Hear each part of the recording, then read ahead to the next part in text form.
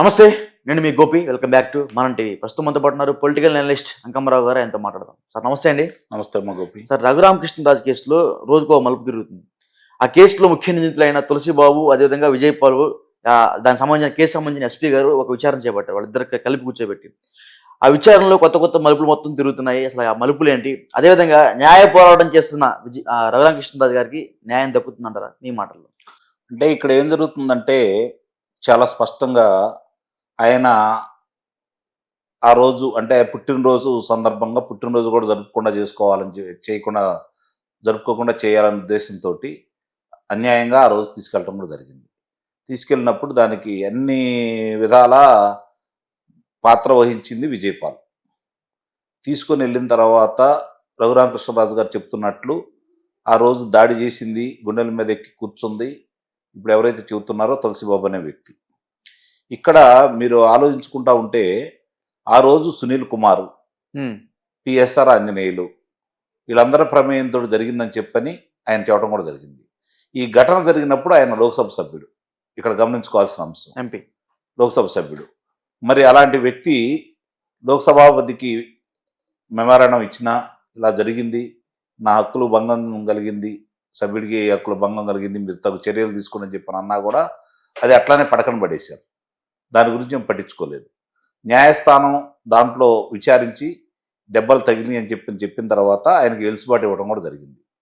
ఇక్కడ ఆయన మీద పెట్టినటువంటి అభియోగం ఏంటి, జరిగినటువంటి కార్యక్రమాలు ఏంటి, అతనికి అంతకుముందే శస్త్రచికిత్స జరిగింది గుండెకి, కాబట్టి ఇలాంటి కార్యక్రమాలు చేస్తే అతను ఆపాక స్థితిలో కనుక వెళ్ళిపోతే చనిపోయాడని చెప్పని వాళ్ళు కుతంత్రాలు పన్నారు.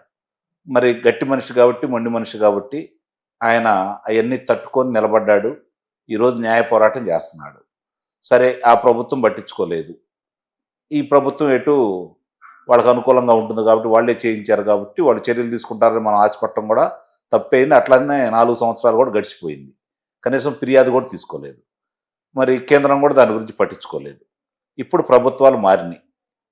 అప్పుడు ప్రభుత్వంలో సభ్యుడే, ఇప్పుడున్న ప్రభుత్వంలో ఆయన సభ్యుడే. ఇప్పుడు శాసనసభ. మరి ఈ శాసనసభ సంబంధించి ఈరోజు మళ్ళీ ఉపసభాపతి కూడా అయ్యారు. అవును.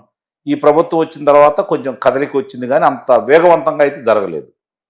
వేగవంతంగా ఎందుకు జరగలేదు అని కనుక మనం భావించాల్సి వస్తే, మామూలుగా ఆయన ఇచ్చిన ఫిర్యాదుకి ఎవరెవరైతే ఉన్నారో వాళ్ళకి చిన్న చిన్న వెలుసుబాట్లు వస్తున్నా కూడా ఇంతవరకు దాని మీద తగు చర్యలు అయితే తీసుకోవట్లేదు. పిఎస్ఆర్ ఆంజనేయులు కావచ్చు, లేదంటే సునీల్ కుమార్ కావచ్చు, వాళ్ళిద్దరికి సంబంధించిన వెలుసుబాట్లు ఇంకా కలుగుతూనే ఉన్నాయి. అట్లానే కొంచెం నత్తనడగా నడుస్తున్న మాట కూడా వాస్తవమే. ఇప్పుడిప్పుడే కాస్త కదిలిక కనపడతా ఉంది. అయినా సరే ఆయన న్యాయ పోరాటం చేస్తూనే ఉన్నారు. ఎవరెవరు ఏం చేశారో చెప్పారు. ఉపసభాపతిగా ఉన్న ఆయనకే న్యాయం జరగకపోతే, అప్పుడు లోక్సభ సభ్యుడిగా ఉన్న ఆయన ఫిర్యాదునే తీసుకోకపోతే అసలు మనం ఎలా ఉన్నాం, ఎక్కడున్నాం, ఏ రాష్ట్రంలో ఉన్నాం, సామాన్యుడికి ఏదన్నా న్యాయం జరుగుతుందా? ఇది ఒకసారి ఆలోచించు.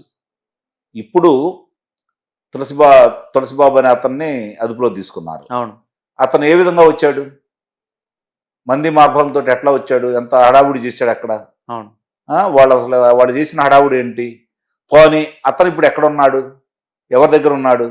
ఆ శాసనసభ్యుడు వచ్చి గంట సేపు అతనితో మంతనాలు జరిగినాయి అని చెప్పని మాట్లాడుతూ ఉన్నారు కదా. అసలు ఎక్కడికి వెళ్తున్నాం మనం? ఏ సందేశం ఇస్తున్నారు? ఒకసారి ఆలోచించుకోవాలి కదా. ఉపసభాపతి పరిస్థితి ఇలా ఉంటే, ఉపసభాపతికి సంబంధించినటువంటి దాడి జరిగిన ఘటనలో ఒక ముద్దాయిగా ఉన్న వ్యక్తికి ప్రస్తుతం కూటమి ప్రభుత్వంలో ఉన్నటువంటి ఒక శాసనసభ్యుడి దగ్గర ఉంటూ, ఆ శాసనసభ్యుడు వచ్చి అతను కారాగారంలో ఉంటే మాట్లాడాడు అంటే, అక్కడి నుంచి అంతమంది వచ్చి మీరు గుడివాడ రావరా, మీ సంగతి తెలుస్తామని చెప్పి మాట్లాడుతూ ఉంటే అసలు ఎక్కడ ఎవరికి న్యాయం జరిగింది, ఎటు వెళ్తుంది, ఏం సందేశం ఇస్తున్నారు? ఇది కదా ఆలోచించుకోవాల్సింది. మీరు అడిగారు ప్రారంభంలోనే, అతను రకరకాల లోన ఒక మాట చెబుతున్నాడు, బయటకు వచ్చిన అంతకంటే ఏం చెప్తారు వాళ్ళు? విజయపాల్ లాంటి వ్యక్తులు కావచ్చు, లేకపోతే మిగిలిన వాళ్ళు కావచ్చు, ఇప్పటి వరకు అదుపులో ఉన్న వ్యక్తులు కావచ్చు, వాళ్ళు ఏం చెబుతున్నారు? మాకు తెలియదు, గుర్తులేదు, మర్చిపోయా. ఇదే కదా అందరూ మాట్లాడుతుంది. అందుకంటే ఏమన్నా మాట్లాడుతున్నారా? ఒకసారి ఆలోచించండి. అవును. అంటే అందరూ కూడా శిక్షణ పొందినటువంటి సైనికుల్లాగా ఒకే పదాన్ని అందరూ వల్లివేస్తున్నారు. వాళ్ళందరూ కలిసి ఏ విధంగా మాట్లాడాలో ఆ విధంగానే మాట్లాడతాం. అంటే విజయపాల్కి మళ్ళీ తులసిబాబుకి హైకమాండ్ నుంచి బెదిరింపులు వెళ్ళాయి. మీరు ఒప్పుకుంటే అప్రూవర్గా మారితే చంపేస్తాం అన్నట్టుగా కొన్ని బెదిరింపులు వెళ్ళాయని ఇట్లా ఈ వార్తలు అనేది తప్పుదోవ పట్టించే విధంగా ఈ కేసు తప్పుదోవ పట్టించే విధంగా అయితే కనబడుతుంది. సరే, ఇప్పుడు వాళ్ళ ప్రయత్నం వాళ్ళు చేస్తారు, వీళ్ళు చెప్పాల్సింది వీళ్ళు చెప్తారు. ఏళ్ళ వరకే ఉంటుందా, లేకపోతే మేమే చేసామని చెప్పని వీళ్ళు ఒప్పుకుంటారా, లేకపోతే మా పై వాళ్ళు చెప్పారు వాళ్ళు చేయమంటేనే మేము చేసామని అంటారా? అదే చూడాలి. ఇప్పుడు ఇక్కడ ఏమవుతుందంటే వీడియో ద్వారా జరిగిన సంఘటనని, ఆయన కొట్టిన దాన్ని ప్రత్యక్షంగా చూశారనేది రఘురామకృష్ణరాజు గారు చేస్తున్నటువంటి అభియోగం. దాంట్లో వాస్తవాలు ఎంత ఉన్నాయి, ఏం జరుగుతున్నాయి కాబట్టి మనకు సంబంధించినంత వరకు ఇప్పుడు గూగుల్ టేక్అవుట్ ద్వారా వివేకానంద రెడ్డి గారి హత్యకు సంబంధించి చాలా ఉదంతాలు బయటపెట్టారు. తెలుగుదేశం పార్టీ ఆఫీస్ మీద దాడి సంఘటనకు కూడా ఎవరెవరు మాట్లాడుకున్నారు, ఏ పరిసర ప్రాంతాల్లో ఎవరున్నారని చెప్పని అది కూడా బయటకు వచ్చింది. మరి ఇన్ని విషయాలు బయటకు వచ్చినప్పుడు గూగుల్ టేక్అవుట్ ద్వారా కనుక తీసుకొని వస్తే అసలు ఎవరు చూశారు ఏంటి, ఏ నెంబర్ నుంచి వెళ్ళింది, ఎవరు మాట్లాడుకున్నారో బయటకు వస్తే తెలిపోతుంది కదా. మరి ఆ విధంగా ప్రక్రియ ఇంకా కొనసాగట్లేదనేది భావన. ఆయన అదే వ్యక్తం చేస్తున్నాడు. ఎందుకంత ఆలస్యం అవుతుంది ఆయనకి అర్థం కావట్లేదు. మనం అధికార కూటమిలో ఉన్నామా లేకపోతే ప్రతిపక్షంలో ఉన్నామా అనేది రఘురామకృష్ణరాజు గారికి అర్థం కావట్లేదు, ప్రజలకు కూడా అర్థం కావట్లేదు. అంటే చిన్న చెత్తుకో వాళ్ళని అరెస్ట్ చేసి ఏమొస్తుంది, డైనోసార్ని అరెస్ట్ చేయాలని చాలా మంది అంటూ ఉన్నాం. దానికి ఏమంటారు?